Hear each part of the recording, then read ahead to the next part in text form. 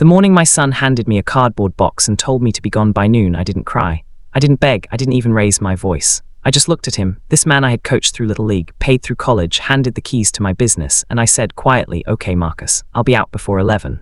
Then I walked upstairs, packed 63 years of dignity into one suitcase, and I never looked back. But here's what Marcus didn't know that morning. He didn't know about the envelope in my coat pocket. He didn't know about the 3 phone calls I had already made before sunrise. And he had absolutely no idea that the business he thought he owned, the one he'd used as leverage to push his own father out the door, was already, legally, no longer his. My name is Daniel Hartwell, and this is the story of the worst morning of my life, and the most important decision I ever made. I built Hartwell Property Group from nothing. I mean that literally, nothing. In 1987, I was a 24-year-old kid with a borrowed truck, a real estate license I'd studied for by flashlight in a one-room apartment, and a hunger that I don't think I can fully explain to anyone who hasn't been truly, bone-deep hungry before. My father had died of a heart attack at 51, leaving behind nothing but debt and a lesson I never forgot. A man who builds nothing leaves nothing. So I built property by property, deal by deal, year after year. By the time Marcus was born in 1991, I had 12 units under management. By the time he started high school, we had over 200. By the time he graduated college and walked into my office in a suit I had paid for, Hartwell Property Group managed a portfolio worth north of $40 million. I handed him a desk, a salary, and a title. I handed him a future. What I should have seen and didn't, because fathers are often blind to the thing they love most, was that Marcus had grown up watching me build without ever understanding what building costs. He saw the result, he never felt the process. He saw the offices, the portfolio, the name on the door. He didn't see the years I ate canned soup for dinner so I could make peril. He didn't see me sign my name on loans that would have destroyed me if they'd gone wrong.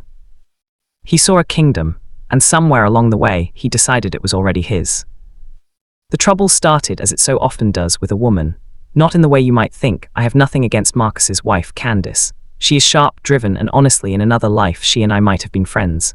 But Candice came from money, and money from birth breeds a particular kind of confidence that sometimes tips into something uglier. She had opinions about how the business should run. She had opinions about my methods, my pace, my outdated approach. And Marcus, who had always needed someone to admire, began to see his father through his wife's eyes. I noticed the shift about 2 years before that morning with the cardboard box. Meetings where my input was no longer asked for. Decisions made without my knowledge. A new attorney, Candice's family's attorney, being brought in to modernize the partnership structure. I told myself it was growing pains. I told myself Marcus was just finding his footing. I told myself a lot of things that turned out to be wrong. The formal push came on a Tuesday in October. Marcus called a meeting, just the two of us, which should have been my first warning, and slid a document across the table. A buyout offer. My son was trying to buy me out of my own company. The number on the page was insultingly low, roughly a third of what my stake was worth by any fair valuation. I looked at the number, I looked at my son, and I made the first mistake of this whole sorry chapter. I laughed. Not cruelly, but I laughed, and I said, "Marcus, this number is a joke. Let's talk when you have something serious." Then I folded the paper, put it in my jacket, and walked out. I thought that was that. I thought he'd come to his senses. He didn't. The next 6 months were a slow suffocation. My keycard access to the office was accidentally deactivated twice. Client meetings I had built over decades began happening without me. Emails on major deals stopped arriving in my inbox. When I raised it, Marcus would apologize, blame a clerical error, and nothing would change. Candice stopped coming to family dinners. Marcus started showing up late or not at all. I want to be clear about something. I was not living in my son's house out of financial need. I had moved in 3 years earlier to help after Marcus's first child was born, my grandson, Eli, because Candice had postpartum complications and they needed support. I had sold my condo, planning to eventually buy something smaller. I had never been in a hurry because, foolishly, I believed I was home. That was the real wound, if I'm being honest. Not the business, not the money. It was that I had given up my own home to be with family, and that family had turned my generosity into leverage. When Candice stopped speaking to me directly, and Marcus began making pointed comments about space and boundaries, I understood what was happening, but I still didn't believe it would go as far as it did. Then came the morning of November 14th. Marcus was waiting in the kitchen when I came downstairs at 7. He was still in his work clothes from the night before, which meant he hadn't slept. Candice was upstairs. I could hear her moving around. On the kitchen counter was a cardboard box, medium-sized, the kind you'd get from a liquor store, and beside it was a sheet of paper. "Dad," he said, and his voice was flat in a way I had never heard from him before, "I need you to go." I stood there in my robe, 63 years old, holding my coffee mug.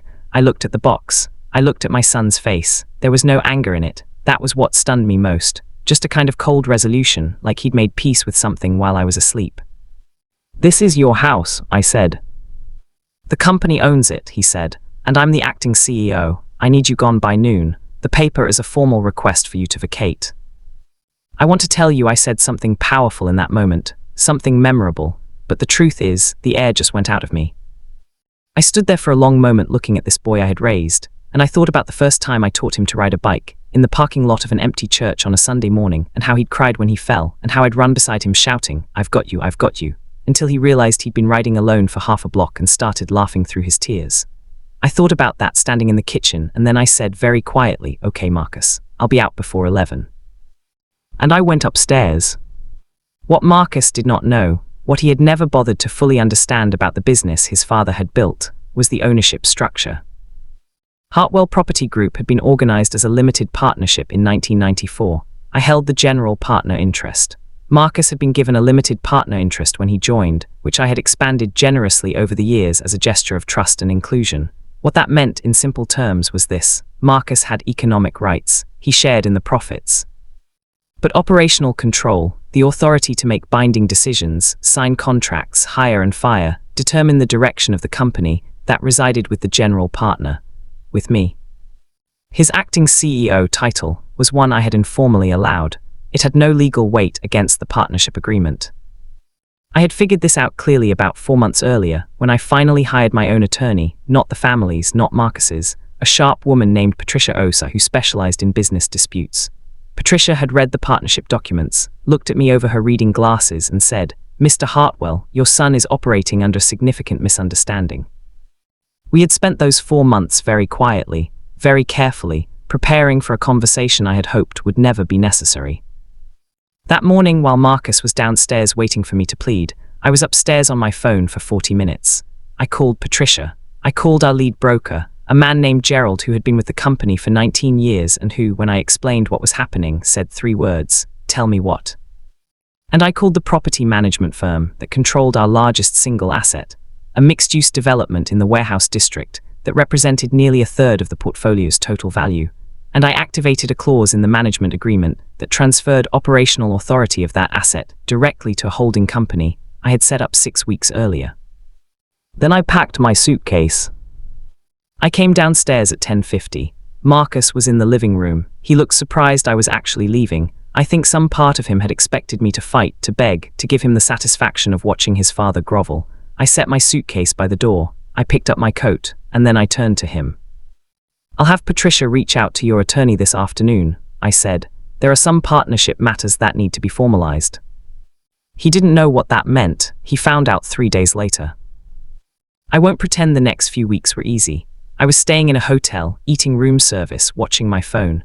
There were moments, I'll be honest, at 2 in the morning when I sat in the dark and wondered how I had gotten here. How the boy I had loved so completely had become someone who could hand his father a cardboard box, whether I had made him this way without knowing it. Those questions don't have clean answers, and I'm not sure they ever will. But the business moved forward.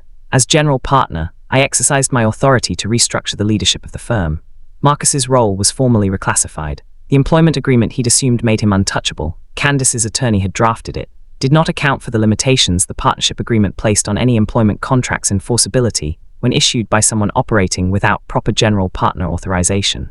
Patricia had seen this in the paperwork months ago. The contract Marcus thought protected him was built on a foundation that didn't hold.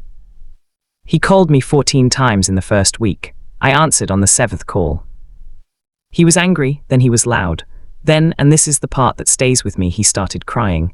Not the loud crying of rage, but the quiet, confused crying of someone who has realized they misunderstood everything.